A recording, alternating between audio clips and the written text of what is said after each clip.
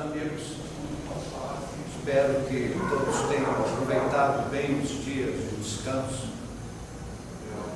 para hoje nós prosseguirmos com o nosso estudo de temas que convergem em direção ao estudo da mediunidade. Hoje o nosso assunto, como está aqui na nossa pedra, é o tema gratidão. Eu vou pedir desculpa aos amigos para fazer um comentáriozinho. Eu percebo que muitos espíritos que foram socorridos aqui na casa, nos anos anteriores, inclusive nesse ano de 2007, como esses amigos nossos, uma vez reequilibrados, eles se tornam trabalhadores da casa no plano espiritual. E eles são os primeiros a se mostrarem muito gratos aos médiuns que os encaminharam, e especialmente a casa. Então esse tema gratidão é um tema assim muito envolvente, e esses amigos nos motivam muito a expressar aos amigos a gratidão deles pelo que receberam na casa. Vejam só, amigos, se nós temos uma dificuldade, digamos assim, de ordem financeira, puxa, eu tenho que pagar hoje uma conta e não tenho dinheiro, e vence hoje, se eu pagar amanhã eu pago juro, eu pago multa, corro o risco de ter um serviço descontinuado por falta de pagamento. Aí o que é que eu faço? Aí eu recorro a um amigo: ô fulano, você tem aí X para me emprestar para pagar uma conta? Aí o amigo empresta. O que que acontece com o nosso íntimo? Antes de mais nada, um sentimento de gratidão para aquele amigo que nos deu uma ajuda num momento difícil. Agora veja, gratidão, ela nos impõe duas situações necessárias. Primeira, eu tomei o dinheiro emprestado, o mínimo de gratidão é pagar o dinheiro emprestado, né? E segundo, nos colocarmos à disposição, pelo menos daquele dileto amigo que nos socorreu. Nós estamos fazendo esse preâmbulo só para chamar a atenção dos amigos do que somos nós, o que é a vida. Nós somos devedores do Criador. Deus nos deu a vida. Que gratidão maior devemos ter por aquele que nos deu a vida? Mas não só a vida. Deus nos dá a vida e nos dá os meios. Nós, pelas facilidades que temos, nós acabamos chamando de natureza, né? É a natureza. Mas o que é a natureza? A natureza é tudo e ao mesmo tempo não é nada. Nada existe que não tenha um autor. Quando alguém diz assim: me prove que Deus existe, eu mostro as constelações nos céus e mostro as formigas, as bactérias, os homens, os animais, tudo que nos cerca. Não existe obra sem autor. Veja, se nós recebemos de Deus a vida e os meios, nós ficamos assim, com uma dívida enorme, mais do que aquele amigo que nos emprestou R$100 para pagar uma conta de luz ou de telefone. Certo, é? Não, amigos, nós precisamos fazer uma análise. Agora, um detalhe: somos gratos a Deus pelo que recebemos do Criador. Entretanto, gratidão, ela precisa ser ativa. Vocês já ouviram as pessoas dizerem assim: eu sou uma pessoa que não faço mal a ninguém. Não basta não fazer o mal, é necessário fazer o bem. Então, se Deus nos deu a vida, nós ficamos num débito, numa dívida infinita para com o Criador. Nós, às vezes, procedemos como as crianças. O menino corre, pula, daqui a pouco queimou muitas calorias, ele sente fome, ele vai lá, pega uma banana, descasca, come, continua pulando. Ele não faz conta quem colocou a banana ali, onde essa pessoa foi comprar, quanto custou. Ele apenas se serve. E assim somos nós. Nós nos servimos dos bens da vida, dos dons do mundo, sem fazer conta. E dizer: não, isso é a natureza. Mas o que é a natureza? Para nos servir, o planeta terrestre gira em torno do Sol, numa matemática inimaginável, inconcebível para o nosso entendimento. Os mais possantes computadores do mundo não entenderiam a órbita da Terra. Isso é por acaso? Com certeza que não. Nada existe por acaso. Esses grandes espíritos, eles, sob a inspiração divina, eles criam, pela inspiração divina, pelo poder divino, criam e mantêm. Não é só criar. Se você faz uma coisa e não cuida, aquilo se degrada. É lei natural. Então, para a Terra girar em torno do Sol, dentro de uma órbita regularíssima, inimaginável, com 11 movimentos astronômicos, dois muito conhecidos dos homens, que é o movimento de translação e de rotação, e mais 9 que os astrônomos conhecem, os homens comuns, nós, pessoas comuns, não conhecemos.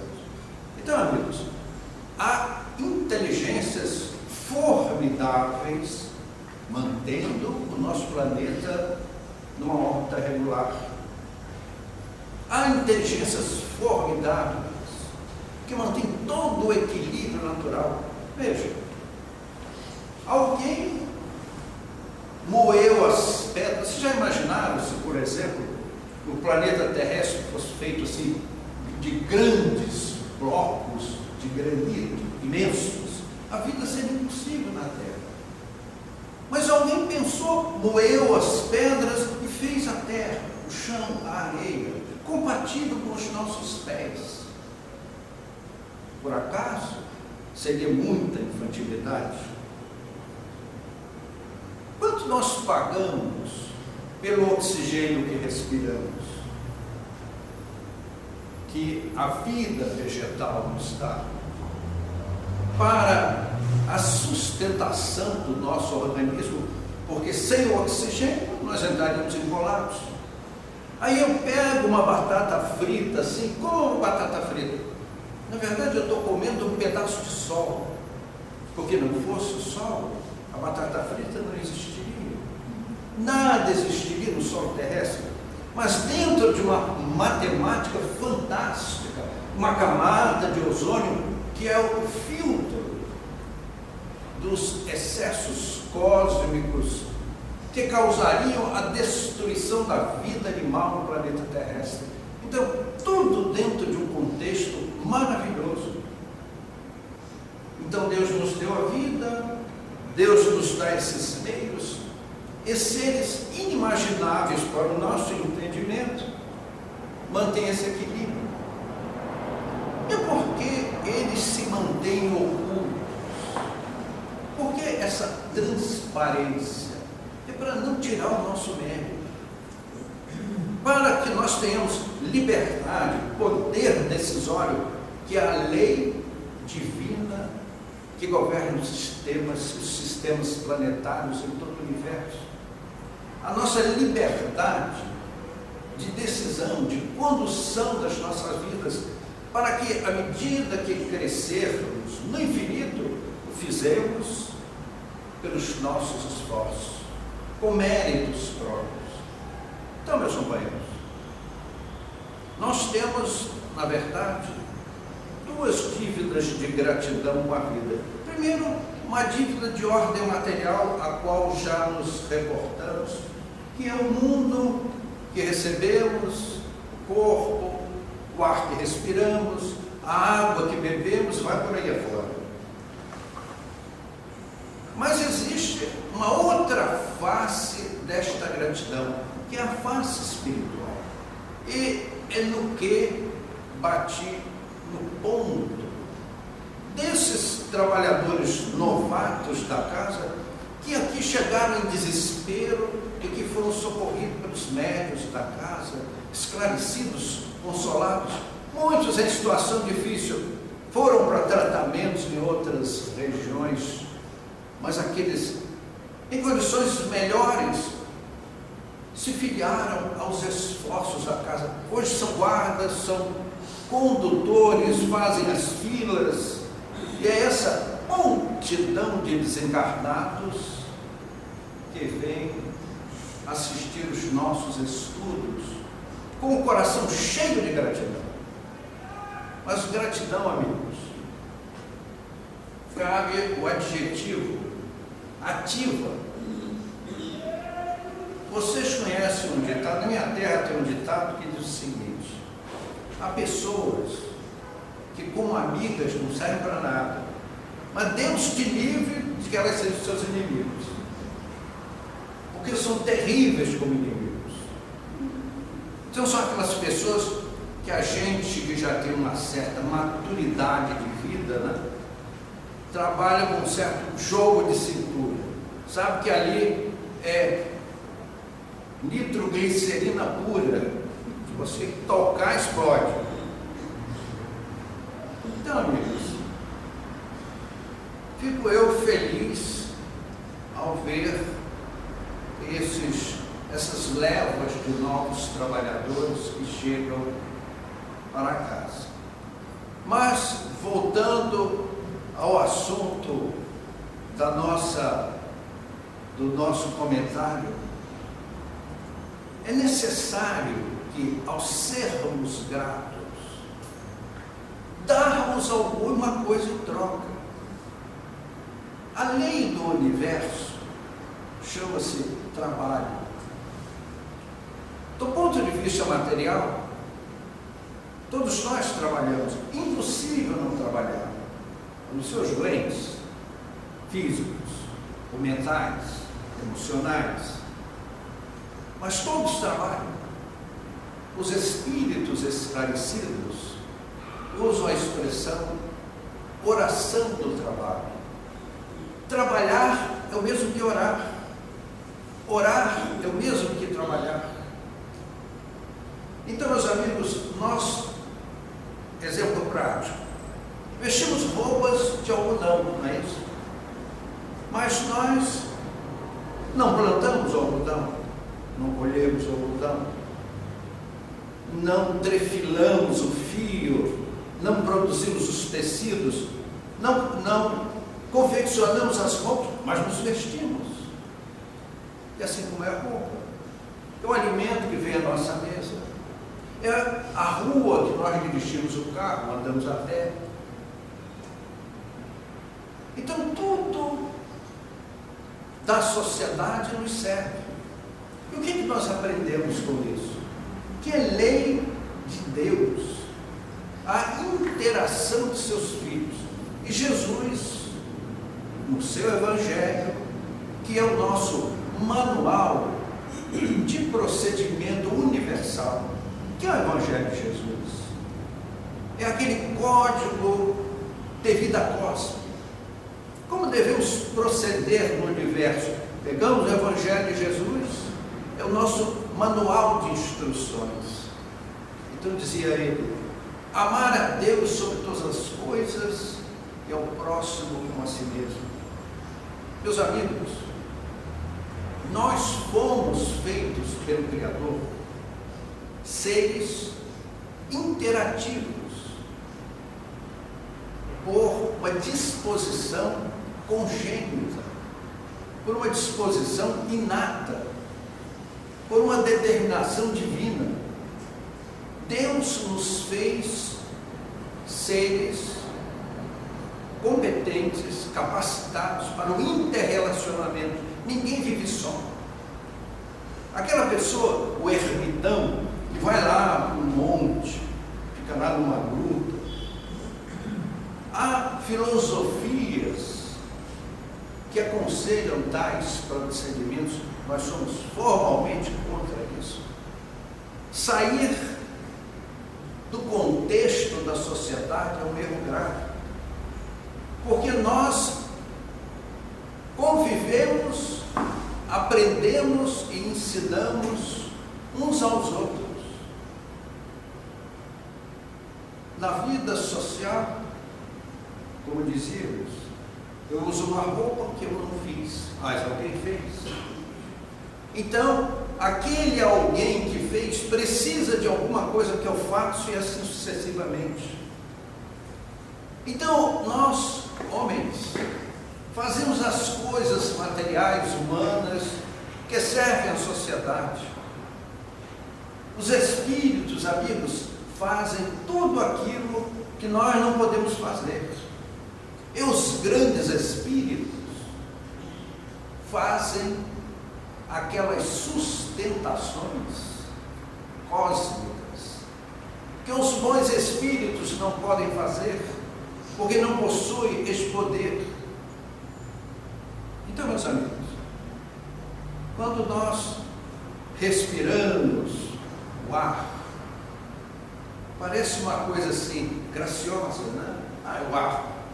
O que é o ar? É a natureza. Mas o que é a natureza? Ninguém me diz o que é a natureza.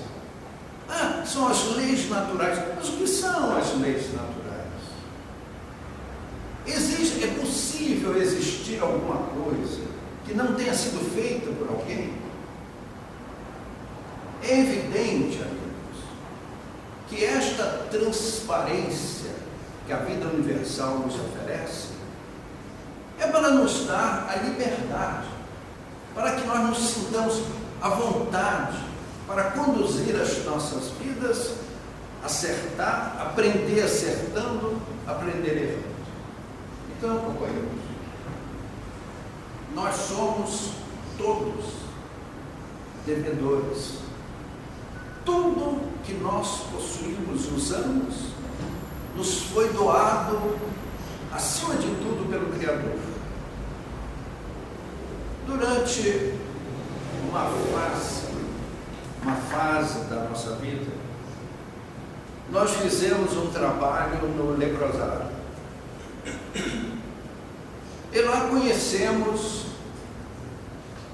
um cavalheiro, naquela altura já uma pessoa de meia idade, se bem que é difícil dizer a idade de uma pessoa que vive com a lepra há muitos anos, porque eles têm um envelhecimento precoce. O ônus ao organismo é muito grave, então eles envelhecem rapidamente. Então fomos com um grupo de companheiros participar de um centro espírita que existia no leprosário.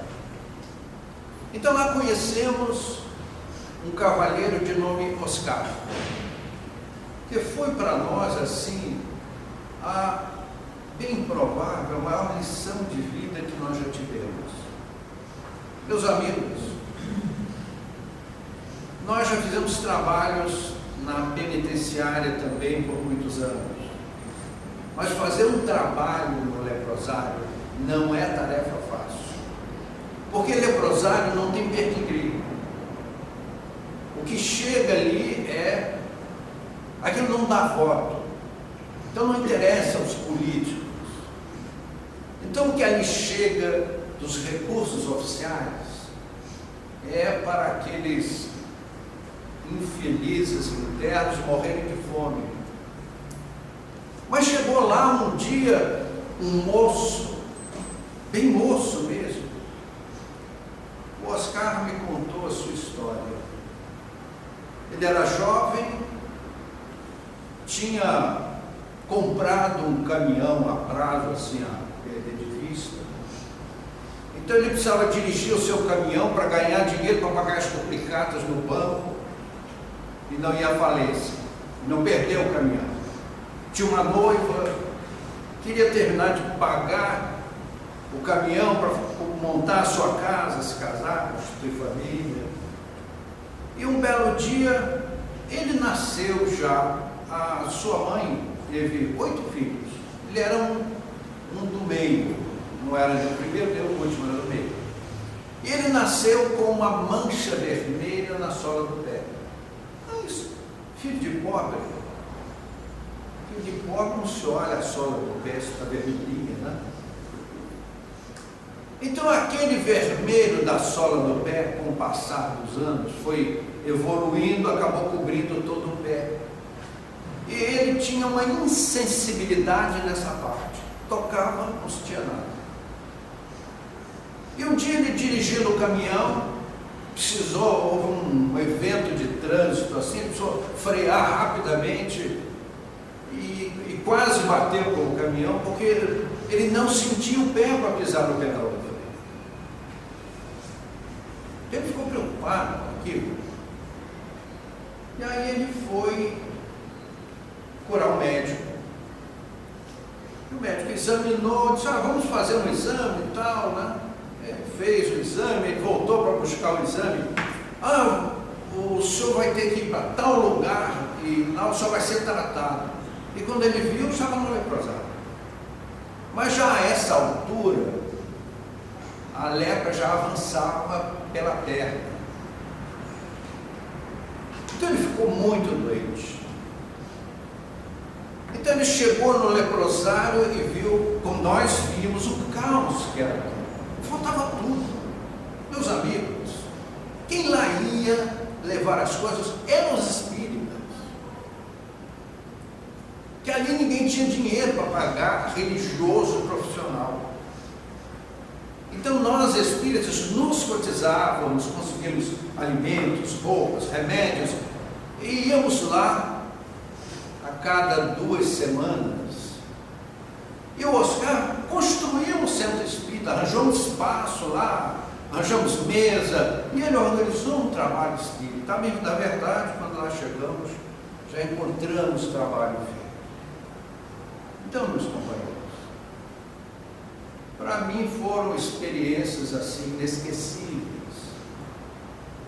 Você falar para 2 centenas de seres em estado dolorosíssimo, aquelas pessoas deformadas, as mãos eram cotocos, como a lepra come as pálpebras, e nós chamamos as pálpebras para lubrificar os olhos, eles acabaram cegos.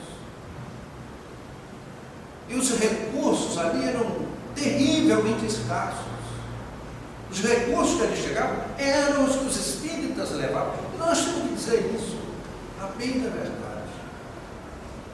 Mas, meus amigos, eu me lembro, o salão de palestra era um piso,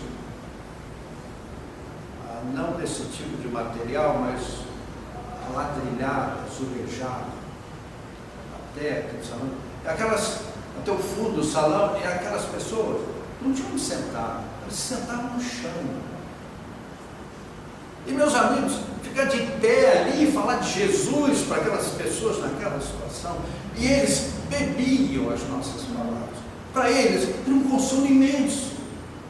Nós falarmos que há uma vida espiritual, meus irmãos, não é uma tese, não é uma teoria, é uma realidade. E esses espíritos benignos vem nos consolar, nos mostrar que as nossas dores, as nossas lutas são necessárias ao progresso do nosso espírito. Foram experiências assim, verdadeiras epopeias, porque aqueles homens eram gigantes da dor. Vocês certamente me perguntaram: e o Oscar? Seus familiares iam lá? Ele perdeu o caminhão. A noivinha arranjou logo outro noivinho não leproso. E os seus familiares desapareceram.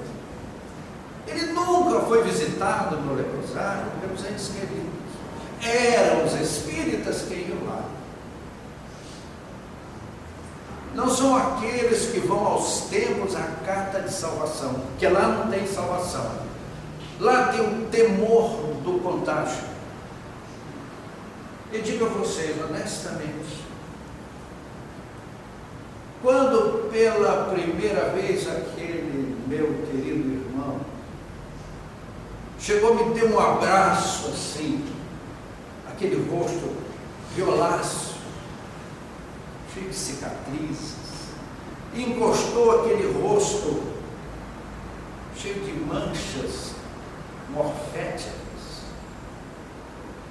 E o Oscar me disse uma coisa: João Moura, nós aqui somos bilionários da felicidade, porque vocês estão lá no mundo adquirindo compromissos de consciência para o amanhã, e nós aqui não podemos errar sequer, porque somos a escória da sociedade, somos o lixo do mundo. Então, meus amigos, foram períodos realmente cativantes para a nossa vida, muito emocionantes.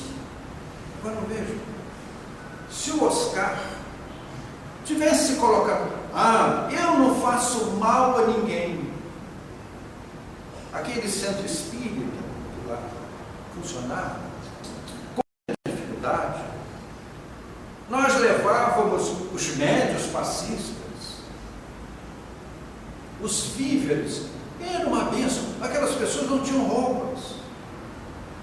Então, os médios passistas, médios falantes que atendiam aqueles enfermos, eram dias assim memoráveis, de conforto ao coração daqueles irmãos nossos. Mas o Oscar diz: eu não faço mal a ninguém, ele não faz bem nenhum. Aquilo não teria ido para frente, teria desaparecido. Então, meus companheiros, nós que somos saudáveis, é bem verdade, saúde perfeita não é desse planeta. Todo mundo tem algum crique-crique, o menor que seja, mas tem. Eu essa semana fui no pé, é porque eu não gosto de samba, que é ruim da cabeça ou doente do pé. Mas nós temos uma saúde relativa. A gente reclama, não é isso? Então, reclamação do ponto de vista financeiro, meu Deus do céu, só quem escuta, né? Está tudo ruim, o dinheiro está curto. Meus amigos, nós somos beneficiários do Cristo. As nossas provas são desse tamanho. É que nós temos o hábito de reclamar da vida. Vá lá no leprosário, que nós vimos. E lá havia uma parte que era chamado isolamento, onde estavam os enfermos em estado alarmante. Meus amigos, era assustador.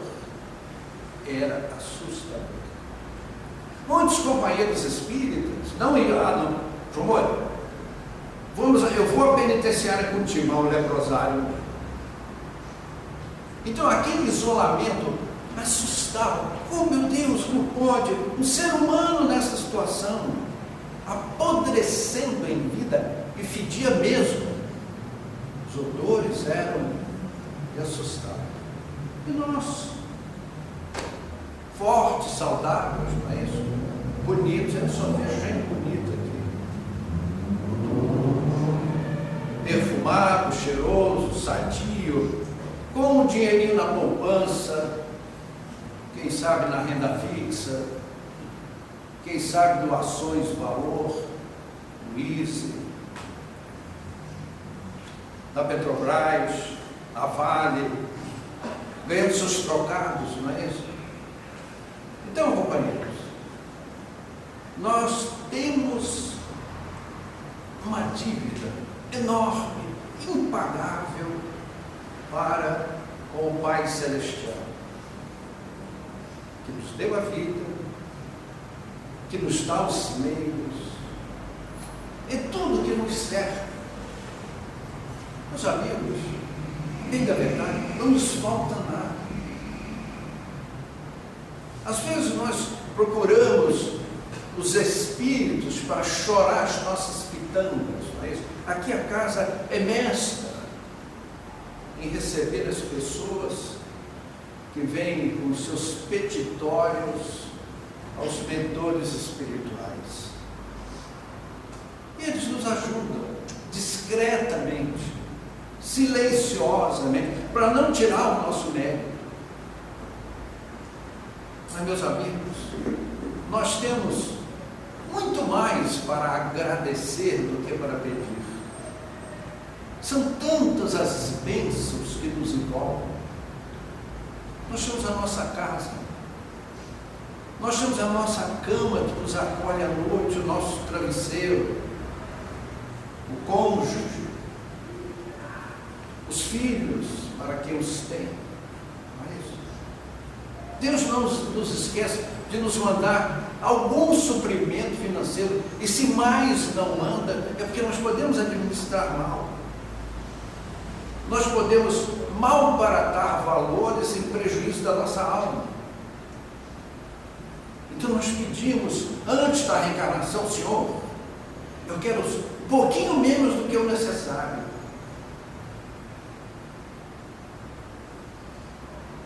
Nós olhamos assim no espelho, não é isso?